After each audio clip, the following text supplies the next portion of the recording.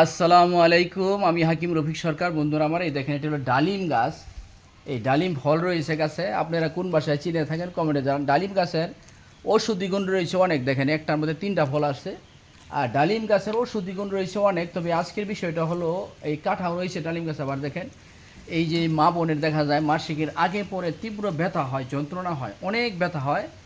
এই ব্যথার থেকে মুক্ত পাওয়ার জন্য এই যে ডালিম গাছের যে কচি পাতাটা আছে, দেখেন, এই যে কুমলা পাতাটা, এই কুমলা পাতা রস বাইর করবেন। আর রসটা কালো জিরার সাথে মধুর সাথে যদি মিক্স করে সেবন করতে পারেন, এই তীব্র ব্যথার থেকে ইনশাল্লাহ মুক্ত পেয়ে যাবেন। এই যে এই কুমলা পাতা দেখেন, দেখেন কুমলা পাতা দেখছেন। ইনশাল্লাহ যারা এই মাসিকের আগে পরে তীব্র ব্যথা যন্ত্রণা ভোগ করছেন, তাদের জন্য এই গুরুত্বপূর্ণ ভিডিওটা একটু শেয়ার দিয়ে রাখবেন। যারা পেজে দেখেন, একটু সাবস্ক্রাইব করে রাখবেন, যাতে আপনার মাধ্যমে আরেক ভাই জানতে পারে, বুঝতে পারে। ইনশাল্লাহ এই যে দেখেন, এই ডালিম পাতার ওষুধি গুণ রয়েছে অনেক। ডালিম পাতার ওষুধের গুণ রয়েছে, তো সব এক ভিডিও বলা সম্ভব হচ্ছে না।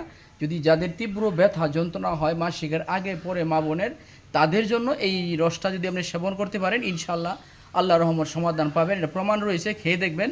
আর এই যে ডালিম পাতা, ডালিম ফল এবং ফুল, এই পুরাটা কিন্তু ওষুধি গুণে ভরপুর। তবে আজকের বিষয়টা বললাম, এই যে কুমলা পাতা থেকে রস বাইর করে নেবেন, আর রসের সাথে কালো জিরা মধু মিক্স করে নেবেন।